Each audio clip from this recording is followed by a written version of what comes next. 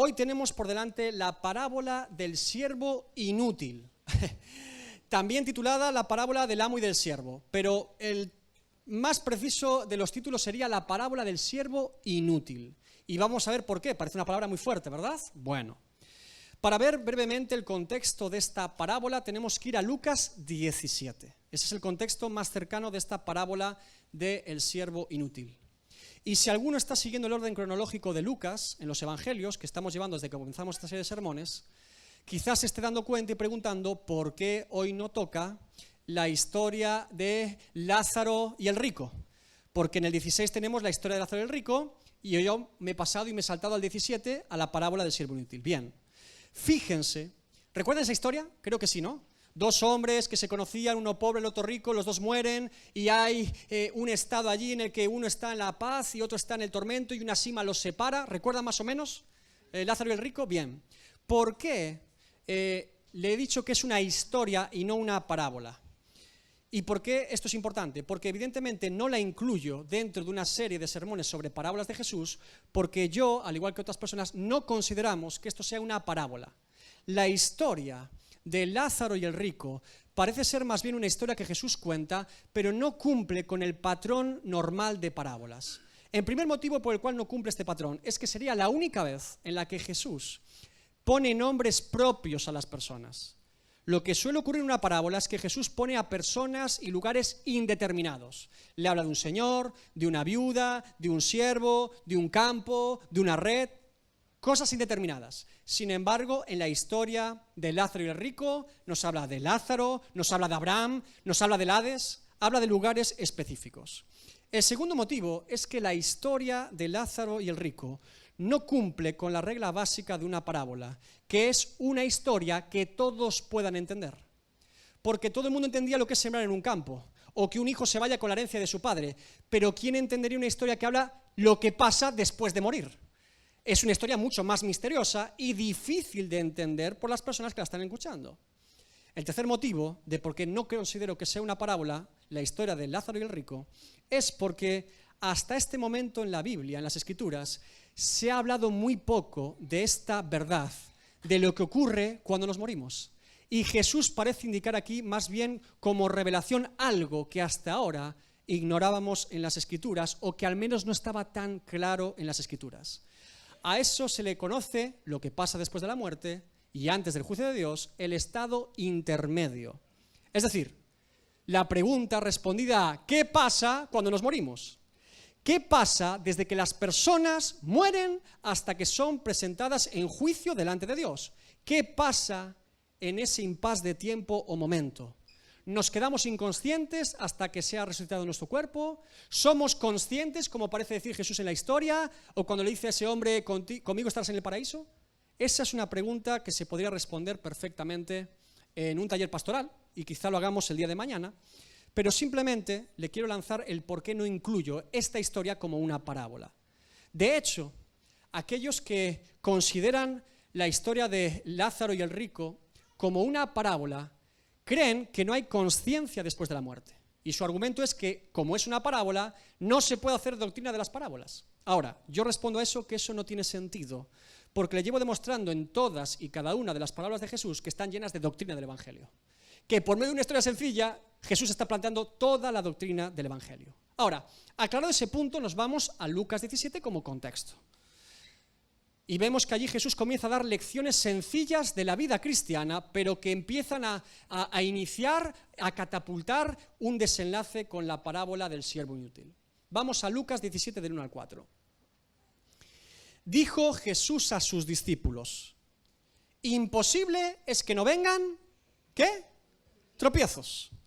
Muchos en el caminar cristiano nos tropezamos, nos caemos, y esto nos sirve para aprender. Para un creyente y un hijo de Dios, sus tropiezos no son para perdición, sino para aprender, para no volver a cometerlos, para confiar en la gracia de Dios y perseverar. Dios no nos deja desamparados. Ahora, como buen padre, muchas veces es necesario que nos demos un cabezazo contra la pared. Evidentemente sí. Ahora, Jesús garantiza que vienen los tropiezos. Mas hay de aquel por quien vienen. mejor le fuera que se le atase al cuello una piedra de molino y se le arrojase al mar que hacer tropezar a uno de estos pequeñitos. Que Dios quiera y permita, por su sabiduría y propósito, que solo Él conoce, que haya tropiezos, no implica que aquellos que hacen tropezar a otra persona no sean responsables de lo que acaban de hacer. Que son responsables delante de Dios, que somos responsables delante de Dios cuando hacemos caer a alguno. Y es una negligencia por nuestra parte, especialmente a los más nuevos en el Evangelio, a los pequeñitos. Cuidado, hermanos, en cómo nos manejamos. Ignoramos lo mucho que podemos afectar, para bien o para mal, a los hermanos en la fe o a los que todavía no creen por nuestro propio testimonio. Por eso Jesús advierte, mirad por vosotros mismos, versículo 3. Revisemos constantemente que no nos hagan caer, ni tampoco que nosotros estemos haciendo caer a otro, ¿sí? Ahora dice, si tu hermano pecare contra ti, ¿perdónale? No. Repréndele, avísale, adviértele, dile del daño que te ha hecho. Si te ha ofendido, si te ha hecho daño, adviértele del daño que te ha hecho, porque pudiera ocurrir que él no sea consciente del daño que te acaba de hacer, o que quizás su motivación no fuese hacerte daño, pero aún así tú has recibido ese agravio, repréndele, amonéstale, adviértele del daño que te acaba de hacer. Y luego si se arrepintiere, ¿qué? Perdónale. ¿Se dan cuenta el orden? Primero hay un daño, alguien advierte del daño que se le acaba de hacer, y si la persona se arrepiente, entonces sí, perdónale. ¿Se dan cuenta? Para que haya perdón, tiene que haber ¿qué? Arrepentimiento. Tiene que haberse asumido la responsabilidad del daño que hemos hecho para con el otro.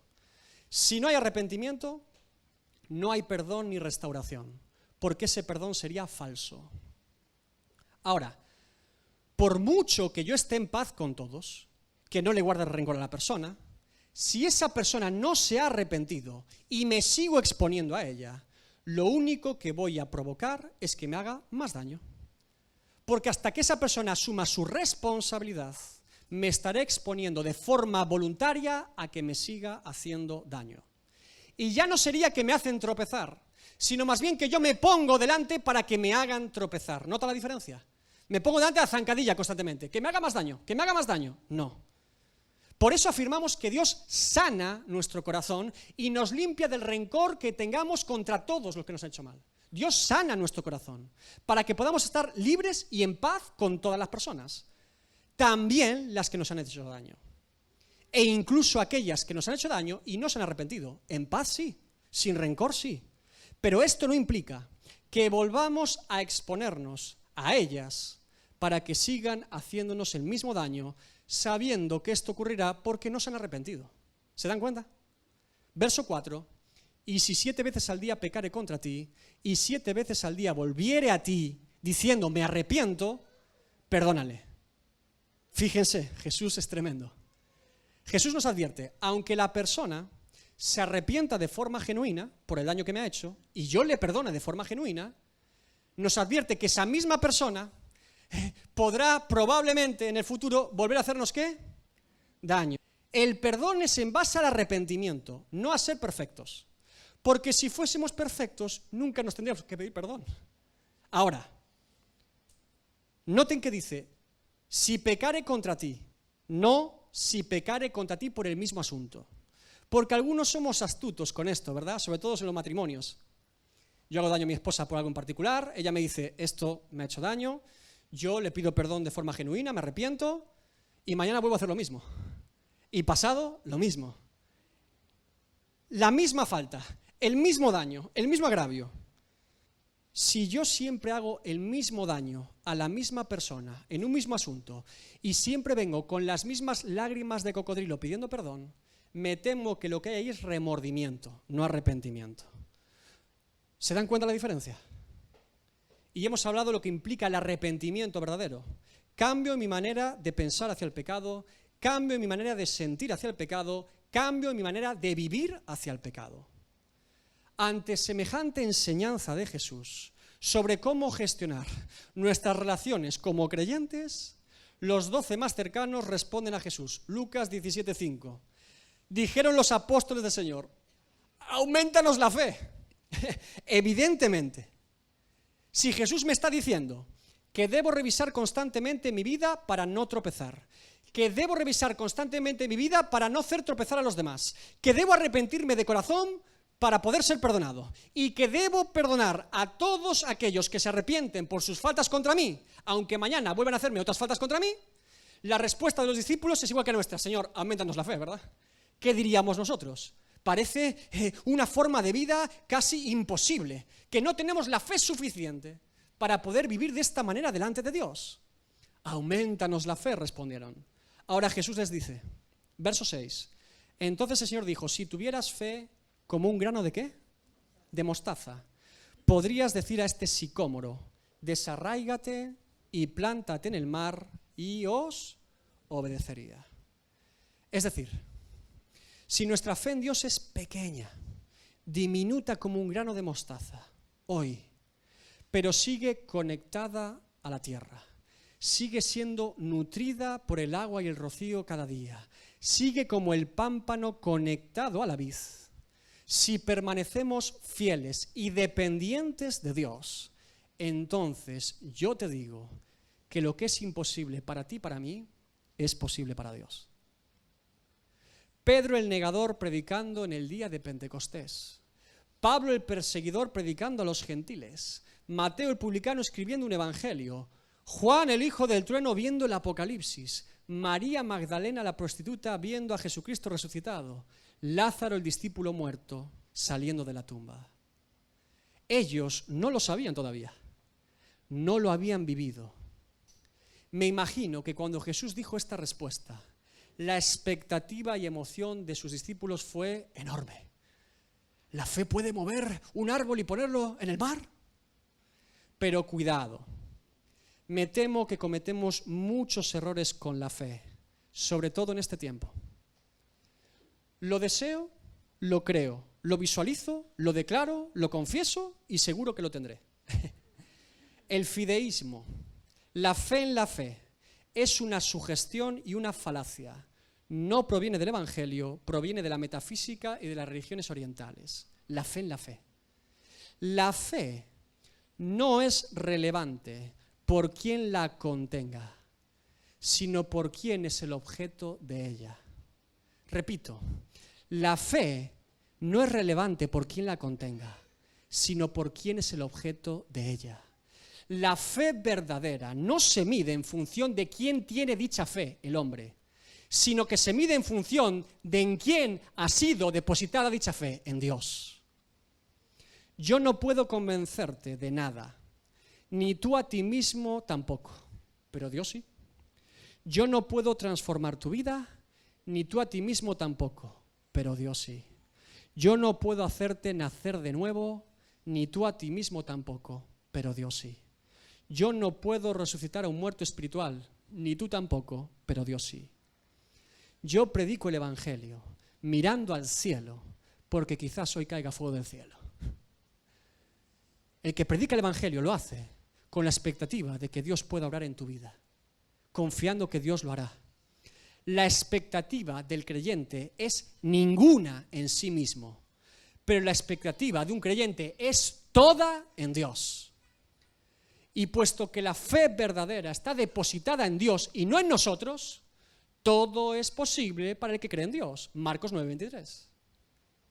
Porque si yo creo en Dios y no en mí mismo, mi entendimiento ha sido renovado y transformado por el poder de Dios.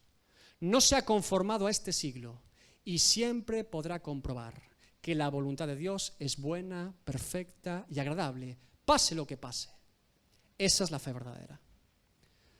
Ahora, Jesús sabe que estas palabras pueden llenar de emoción desmedida a sus discípulos y que los puede llevar a la vanagloria o al mérito propio. Porque ¿qué pasará ahora cuando estos pescadores, el día de mañana, como Pedro, lleguen a la puerta de la Hermosa y el cojo se sane? ¿Qué pasará ese día con Pedro? ¿Qué pasará cuando por la sombra de Pedro se sanen los enfermos? ¿O cuando 8.000 personas se conviertan en Jerusalén? ¿O cuando un ángel le abra la puerta de una cárcel a Pedro? Para que no nos exaltemos en sobremanera cuando Dios obra en medio nuestro, para que los discípulos no se confundan de quién es el mérito y la gloria, para que no nos atribuyamos ningún mérito o virtud propia cuando veamos los árboles trasladarse al mar. Jesús lanza la parábola del siervo inútil como contraste. Ahora, como le digo, y mucho me temo en este punto del ministerio de Jesús, la parábola del siervo inútil es bastante fuerte, sobre todo cuando la leemos hoy en día, en este tiempo, es bastante fuerte. Estoy seguro que a más de algunos se le van a revolver las tripas en esta mañana. Agárrese bien a la silla. Hoy te voy a hablar del único Dios verdadero, no hecho por hombres, no fabricado por la filosofía ni la razón, ni la religión. El único Dios verdadero y soberano de todo y de todos. El que se define a sí mismo: yo soy el que soy. Vamos a la parábola. Lucas 17, del 7 al 10. ¿Quién de vosotros, teniendo un siervo que ara o apacienta ganado, al volver el del campo, luego le dice: pasa, siéntate a la mesa? ¿No le dice más bien: prepárame la cena, cíñete y sírveme hasta que haya comido y bebido, y después de esto, come y bebe tú? ¿Acaso da gracias al siervo porque hizo lo que se le había mandado? Pienso que no. Así también vosotros, cuando hayáis hecho todo lo que os ha sido ordenado, decid: siervos inútiles somos, pues lo que debíamos hacer hicimos. Repita conmigo en esta mañana: siervos inútiles somos, porque ¿qué? Lo que teníamos que hacer hemos hecho. Una vez más, lo han dicho con la boca pequeña. Vamos a intentar incorporarlo a nuestra doctrina. Siervos inútiles somos porque hemos hecho lo que se nos ordenó. Así es. Primera sección, vamos a la interpretación de la parábola. ¿Quién de vosotros, teniendo un siervo que ara o apacienta ganado, al volver del campo, luego le dice: pasas, siéntate a la mesa? Fíjense, el primer detalle de esta sección. Este señor o amo parece tener una finca con ganado, una propiedad suya, y además solo tiene un siervo. La palabra doulos aquí se entiende como un esclavo que servía a su señor. Y afirmo que este señor tiene un solo siervo porque el texto dice: teniendo un siervo. No dice teniendo muchos siervos. ¿Se dan cuenta? Ahora, la mirada de la parábola, por lo tanto, es individual en cada persona, en cada creyente. Es particular para cada vida en personal. ¿Sí? Este señor tiene un siervo solamente. Y esto es así porque vemos que todas las tareas que hay que hacer las hace siempre el mismo siervo. ¿Se dan cuenta? Empieza con el campo, después con el ganado, y cuando termina de hacer sus quehaceres en el campo que su señor le ha ordenado, llega a la casa. ¿Y se creen que ha terminado con sus faenas? No hay cocinero, no hay otro siervo, tiene que hacer la cocina, la comida para su señor, y que así después él pueda comer. ¿No le dice más bien: prepárame la cena, cíñete y sírveme hasta que haya comido y bebido, y después de esto come y bebe tú? Esta parábola parecería contradecir otra parábola que ya leímos del siervo vigilante, ¿recuerdan? Esta parábola era el contexto de la parábola del siervo fiel o infiel. Lucas 12:37, fíjense, parece que dice lo contrario. Bienaventurados aquellos siervos a los cuales su señor, cuando venga, halle velando. De cierto os digo que se ceñirá, el señor se ceñirá, y hará que se sienten a la mesa los siervos, y vendrá a servirles el señor. Parece justo lo opuesto, ¿verdad? Una parábola dice una cosa y ahora parece decir lo contrario. La enseñanza de Jesús en aquella ocasión es muy diferente a esta. No se pueden relacionar parábolas porque las historias que se describan se parezcan o porque tengan los mismos personajes. Las parábolas se asocian, se aplican la misma verdad del reino de los cielos en su contenido. Las historias parecen parecidas, un señor y un siervo, pero no tienen nada que ver. En la parábola del siervo vigilante, Jesús habla de la importancia de la fidelidad y perseverancia del creyente y cómo ésta es recompensada por Dios. Y en esta parábola del siervo inútil, Jesús está apuntando a que entendamos cómo es la soberanía de Dios y su gracia por nosotros. Vemos que en la historia el Señor tampoco le niega la comida a este siervo, sino que éste debe cumplir con todas sus tareas antes de poder tener reposo en la casa de su Señor Ahora, no se nos dice qué actitud tiene el siervo, ¿verdad? No sabemos si este siervo está contento, gozoso y alegre por tener techo, trabajo y comida, o si este siervo está de forma distante y enfadado, enfurruñado, esperando que su amo termine de comer para comer él. No se nos describe cómo este siervo se está comportando en este oficio. Lo que está claro es que este siervo ha entendido que si quiere alimentarse y no perder su trabajo y un techo, debe hacer todas las tareas antes de poder disfrutar de lo suyo. Tercera sección. ¿Acaso el Señor da gracias al siervo porque hizo lo que se le había mandado? Pienso que no. No parece que el Señor deba dar gracias a su siervo porque éste está haciendo lo que es su obligación. Parece más bien que este Señor espera que este siervo, que tiene techo, trabajo y comida, sea agradecido para con su Señor. ¿Se dan cuenta? Cuarta sección. Así también vosotros, cuando hayáis hecho todo lo que os ha sido ordenado, decid, siervos inútiles somos, pues lo que debíamos hacer hicimos. ¿Qué tenemos que decir? Juntos una vez más, siervos inútiles somos, pues lo que debíamos hacer hicimos. Jesús nos ubica en la realidad de que todo lo que hacemos para Dios es ni más ni menos lo que teníamos y debíamos hacer. Que no hay ninguna virtud en nosotros ni ningún mérito en nosotros. Efesios 2:10. Porque somos hechura suya, no nuestra, creados en Cristo Jesús para buenas obras, las cuales Dios preparó de antemano para que anduviésemos en ellas. Es decir, si el siervo ara el campo, es porque su Señor le permite trabajar en su campo y le ha proporcionado un arado para que are el campo.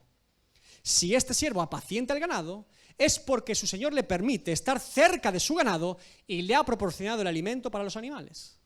Si este siervo le sirve la comida a su Señor, es porque su Señor le permite entrar en la casa, utilizar su cocina y comida para servirle. Si el siervo ahora puede comer, después de haber hecho todo lo que su Señor le ordenó, es porque su Señor le permite disfrutar y descansar, y aún le da de su comida y bebida a este siervo. Ahora entienden por qué les dije que se agarran a la silla, ¿no? ¿Van entendiendo un poco la parábola? Porque la idea que está planteando Jesús acerca de Dios por medio de esta parábola nunca se nos puede olvidar. No puedo leerle todos los textos bíblicos que voy a parafrasear a continuación, pero déjeme decirle que si los sumo todos son cientos. Se lo voy a decir de la siguiente manera. Sería terrible olvidarnos por un solo instante del amor, la misericordia, la gracia y la bondad de Dios. ¿Cómo hacerlo al recordar la obra de Cristo en la cruz? Pero del mismo modo, sería igual de terrible por un solo instante olvidarnos de la soberanía, la santidad, la justicia y la ira de Dios. ¿Cómo hacerlo al recordar la obra de Cristo en la cruz? Porque en aquella cruz, en aquel madero, Dios lo mostró todo. El amor de Dios entregando a su único Hijo en propiciación por nuestros pecados. La bondad de Dios al brindarnos un camino y esperanza en Cristo. La gracia de Dios al darnos lo que no merecíamos, la justicia de su Hijo. La misericordia de Dios al no darnos lo que sí merecíamos, la ira contra el pecador. Pero precisamente por eso, en esa misma cruz, Dios lo mostró todo. La sentencia judicial que nosotros merecíamos fue ejecutada en Cristo. La copa de la ira de Dios contra los pecadores fue derramada y vertida en Cristo. La justicia de Dios, que no da por inocente al culpable, fue satisfecha cuando el inocente ocupó el lugar del culpable y el culpable el lugar del inocente. El acto de la cruz de Cristo es el mayor acto de la soberanía de Dios. Todo lo que hicieron los hombres, los ángeles, los demonios, Satanás, la creación, estaba bajo el mandato y soberanía de Dios. En aquella cruz, donde toda la raza humana fue representada por el postrer Adán, Cristo, donde Judas Iscariote entregó a su maestro por 30 monedas de plata, donde el Sanedrín judío, celoso, trajo testigos falsos a la acusación, donde Herodes el corrupto se fanfarroneaba delante de Jesús, donde Poncio Pilato sentenció a muerte a un inocente que había declarado inocente en 4 ocasiones, donde los judíos pedían la sangre de Cristo sobre ellos para que soltasen a Barrabás, donde Barrabás, representando a los pecadores, fue absuelto y sustituido por Cristo, que ocupó su lugar en aquel madero, donde los soldados romanos azotaron, blasfemaron y escupieron al Hijo de Dios, donde los discípulos de Jesús huyeron muertos de miedo, donde Pedro negó a su maestro mientras el gallo cantaba, donde los demonios festejaban en una celebración macabra y fúnebre, donde los ángeles fueron detenidos en el cielo sin una orden que les permitiese actuar, donde la tierra tembló, el sol se oscureció, el velo se partió y los muertos salían de las tumbas, donde Satanás fue derrotado pensando que sería su victoria, donde los principados y potestades fueron exhibidos públicamente en una cabalgata fúnebre en aquella cruz, donde la muerte fue derrotada, pisoteada y avergonzada, donde el acta de los decretos que nos era contraria fue clavada en el madero, triunfando Jesucristo sobre todos y cada uno de ellos, sobre todo, soberanía de Dios sobre cada una de sus criaturas. Dios hizo lo que quiso y había determinado, para su gloria, por los méritos de Cristo y para nuestro beneficio y salvación. Y todas las criaturas callaron ante Dios. Ante semejante despliegue de la potencia de Dios, las criaturas callamos la boca. Solo podemos observar, sobrecogidos, al Dios santo y soberano actuar. Dios hace lo que quiere, y lo que quiere, eso hace. Ese es el Dios de la Biblia. Aplicación de la parábola. ¿Por qué es importante entender en este tiempo la parábola del siervo inútil? Porque incluso, aunque usted y yo no consideremos que Dios sea soberano, eso también es parte de su soberanía. Eso no va a cambiar. Lo entienda yo o no lo entienda, me guste a mí o no me guste, me parezca a mí justo o no, me parezca que es más amor o menos amor de parte de Dios. Dios nunca nos pidió que entendiésemos su soberanía. Dios nos pide que confiemos en ella y que seamos agradecidos por ella. Que Dios esté al control de todo significa que los hombres y Satanás no están al control de nada. Gracias a Dios que Él está al control de todo. Confía en Dios. Duda de ti, duda de mí, pero no dudes de Dios. No es casualidad que la aplicación de esta parábola Jesús la brinda en un testimonio vivo. Fíjense cómo continúa Lucas 17. Miren cómo aplica Jesús la parábola. Lucas 17 del 11 al 18. Después de la parábola, yendo Jesús a Jerusalén, pasaba entre Samaria y Galilea. Y al entrar en una aldea le salieron al encuentro 10 hombres leprosos. ¿Cuántos hombres? 10. Los cuales se pararon de lejos y alzando la voz diciendo: Jesús, Maestro, ten misericordia de nosotros. Cuando él los vio, les dijo: id y mostraos a los sacerdotes. Lo que parece decirle Jesús es: vayan al sacerdote, porque la misma persona que acredita que usted está leproso va a acreditar que usted ahora no va a estar leproso. Ahora, esto es muy controversial, ¿verdad?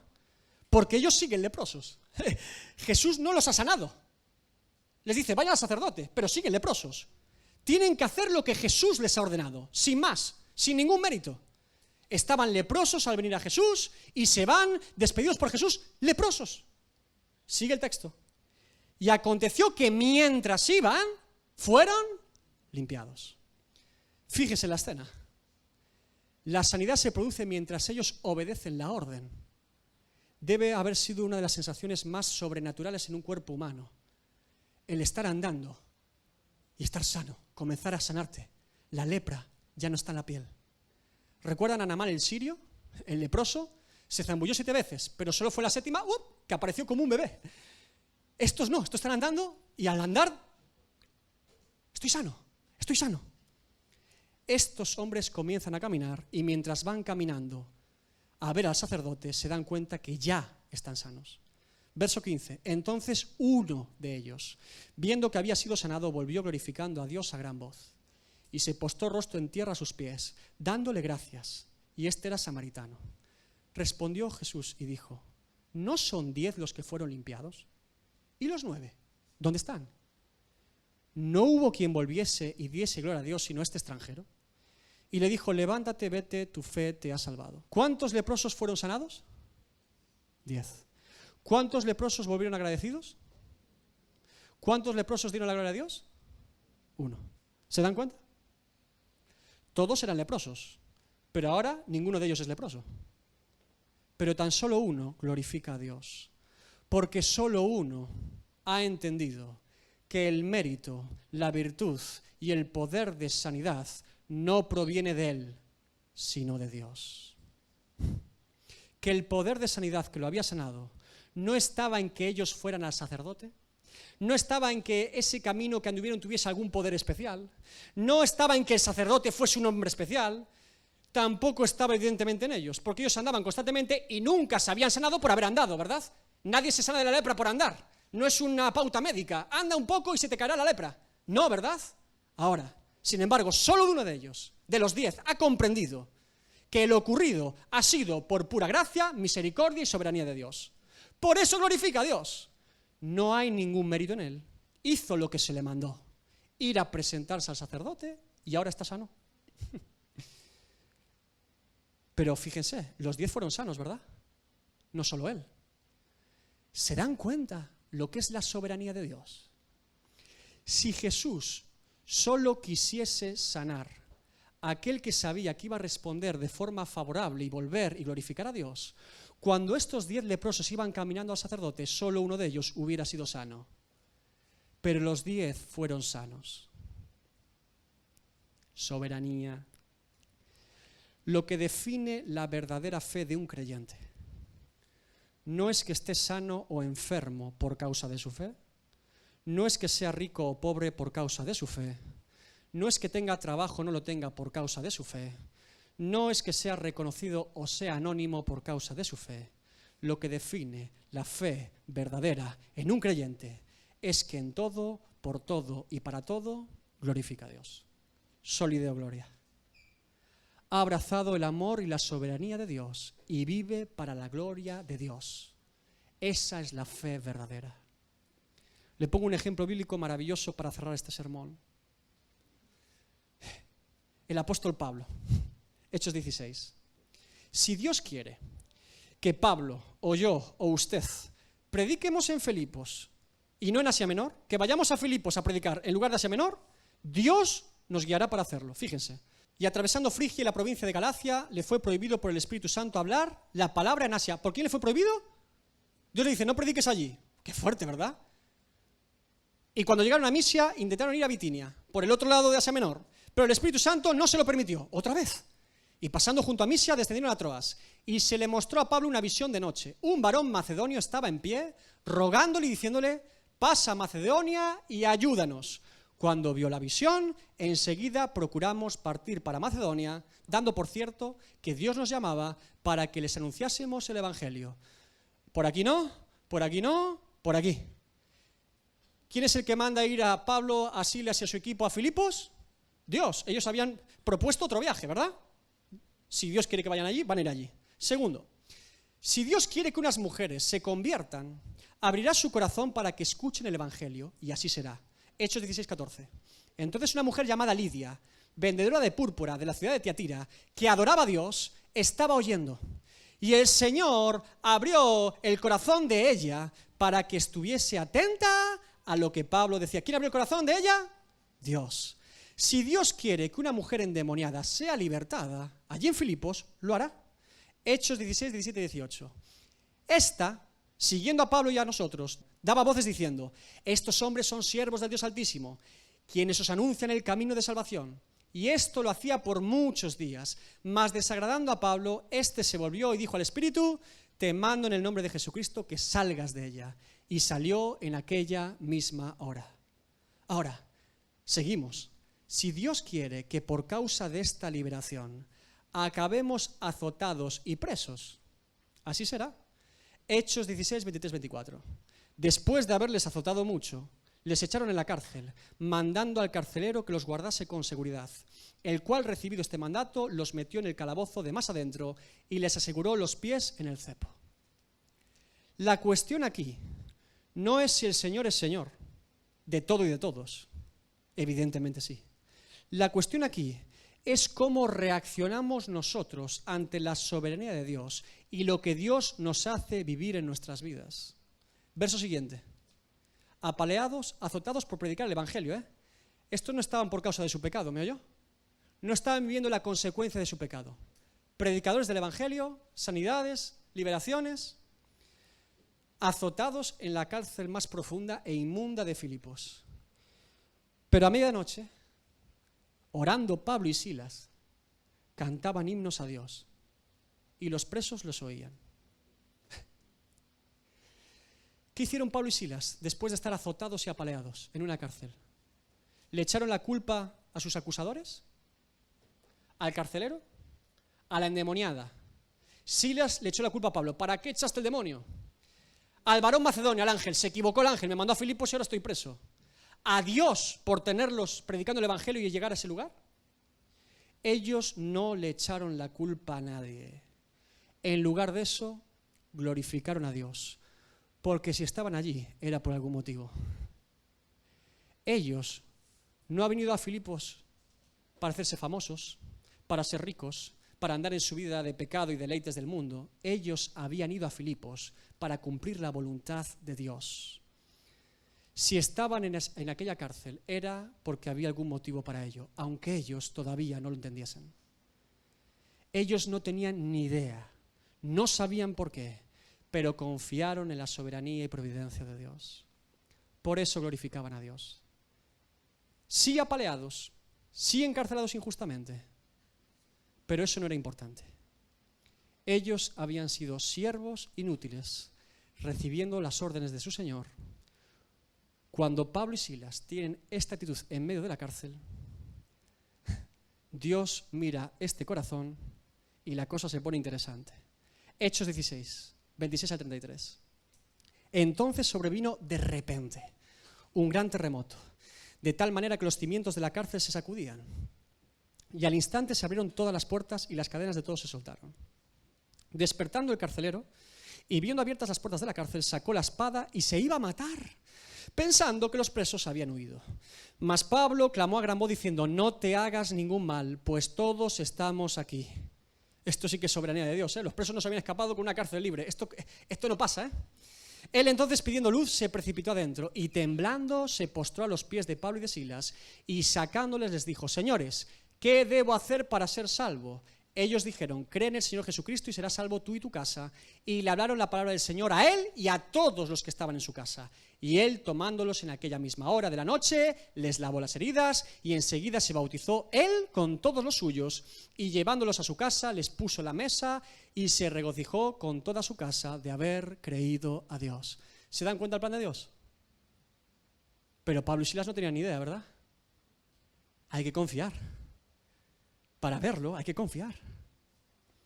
Un creyente, un hijo de Dios, no vive su vida cristiana preguntando a Dios por qué. Jamás. Porque ya debería saber la respuesta, que es porque Dios quiere y es su voluntad. Un creyente tampoco vive su vida cristiana preguntando a Dios ¿para qué? Porque ya debería saber la respuesta. Y la respuesta es para la gloria de Dios. La única pregunta que un creyente hace a Dios es: ¿cuál es el siguiente paso? ¿Qué tengo que hacer ahora?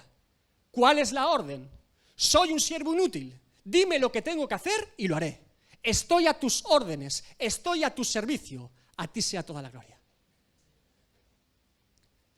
Lo expresa Pablo de la siguiente manera en 2 Corintios 4.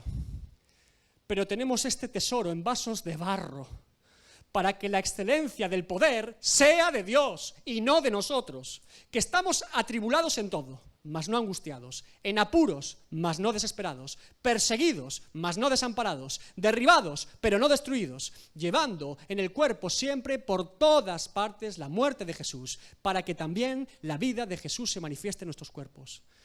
Porque nosotros que vivimos siempre estamos entregados a muerte por causa de Jesús, para que también la vida de Jesús se manifieste en nuestra carne mortal. De manera que la muerte actúa en nosotros y en vosotros la vida. Pero teniendo el mismo espíritu de fe, conforme a lo que está escrito, creí, por lo cual hablé, nosotros también creemos, por lo cual también hablamos, sabiendo que el que resucitó al Señor Jesús, a nosotros también nos resucitará con Jesús y nos presentará juntamente con vosotros. Porque todas estas cosas padecemos por amor a vosotros, para que abundando la gracia por medio de muchos, la acción de gracias sobreabunde para gloria de Dios. Por tanto, no desmayamos. Antes, aunque nuestro hombre exterior se va desgastando, el interior, no obstante, se renueva de día en día, porque esta leve tribulación momentánea produce en nosotros un cada vez más excelente y eterno peso de gloria. No mirando nosotros las cosas que se ven, sino las que no se ven, pues las cosas que se ven son temporales, pero las que no se ven son eternas. Cuanto más inútil se reconoce el siervo, más glorifica a Dios.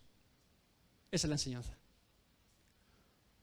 Cuanto más inútil me considero, porque es lo que soy, más glorifico a Dios. Como cierre para nuestra reflexión, me gustaría que dediquemos un breve tiempo juntos de oración, pero antes quiero darle algunos textos bíblicos sobre la soberanía y providencia de Dios en la Biblia, para que no piense que estoy siendo demasiado enfático en este punto, demasiado... Le voy a leer unos cuantos textos bíblicos. Isaías 46, del 9 al 11. Acordaos de las cosas pasadas desde los tiempos antiguos, porque yo soy Dios, y no hay otro Dios, y nada hay semejante a mí, que anuncio lo por venir desde el principio, y desde la antigüedad lo que aún no era hecho, que digo, mi consejo permanecerá, y haré todo lo que quiero. Éxodo 6, 7 al 8. Y os tomaré por mi pueblo, y seré vuestro Dios, y vosotros sabréis que yo soy Jehová vuestro Dios, que os sacó de debajo de las tareas pesadas de Egipto. Y os meteré en la tierra por la cual alcé mi mano jurando que la daría a Abraham, a Isaac y a Jacob, y yo os la daré por heredad, yo Jehová. Salmos 115, 3. Nuestro Dios está en los cielos, todo lo que quiso ha hecho. Salmos 135, 6. Todo cuanto el Señor quiere, lo hace, en los cielos y en la tierra, en los mares y en todos los abismos. Isaías 14, 24. Jehová de los ejércitos juró diciendo, ciertamente se hará de la manera que lo he pensado y será confirmado como lo he determinado. Isaías 43, 13. Aun antes que hubiera día, yo era, y no hay quien de mi mano libre. Lo que yo hago, ¿quién lo estorbará? Isaías 55, 11. Así será mi palabra, el verbo, Cristo, que sale de mi boca, no volverá a mi vacía, sino que hará lo que yo quiero y será prosperada en aquello para que la envié. Hechos 17, 26. Y de una sangre ha hecho todo el linaje de los hombres, por Adán, para que habiten sobre toda la faz de la tierra, y les ha prefijado el orden de los tiempos y los límites de su habitación. Apocalipsis 3, 7. El santo, el verdadero, el que tiene la llave de David, el que abre y nadie cierra, y cierra y nadie abre. Lamentaciones 3, 37. ¿Quién será aquel que diga que sucedió algo que el Señor no mandó? Y si este Dios, el único Dios verdadero, nos asusta, nos abruma, nos desconcierta y no lo entendemos, recordemos que no es por la falta del buen hacer o la bondad de Dios, sino porque nosotros tenemos atrofiado el entendimiento por este mundo. Romanos 12, 2. No os conforméis a este siglo, sino transformaos por medio de la renovación de vuestro entendimiento, para que comprobéis cuál sea la buena voluntad de Dios, agradable y perfecta. Romanos 8, 28. Y sabemos que a los que aman a Dios, todas las cosas les ayudan siempre para bien. Esto es a los que conforme a su propósito son llamados. Y evidentemente, en este tiempo que nos toca vivir, esto es un mazazo en la mesa, ¿verdad? Para mí el primero. Porque todos los seres humanos, incluidos los creyentes de este tiempo, parecemos tener una idea en la que Dios es muy chiquito y yo muy grande. Pero déjame decirte, hermano, amigo, que no es así. Dios a los mandos de todo siempre. Y gracias a Dios que Él está a los mandos. ¿Qué sería de la raza humana si no fuese así? ¿Qué cree usted que pasaría si el favor de Dios para con todas sus criaturas no estuviese aún presente hoy? ¿Quién querría vivir en ese estado? La gloria es para Dios, el mérito es para Dios, la soberanía es para Dios. Siervos inútiles somos. Hemos hecho lo que teníamos que hacer. Ponte de pie esta mañana.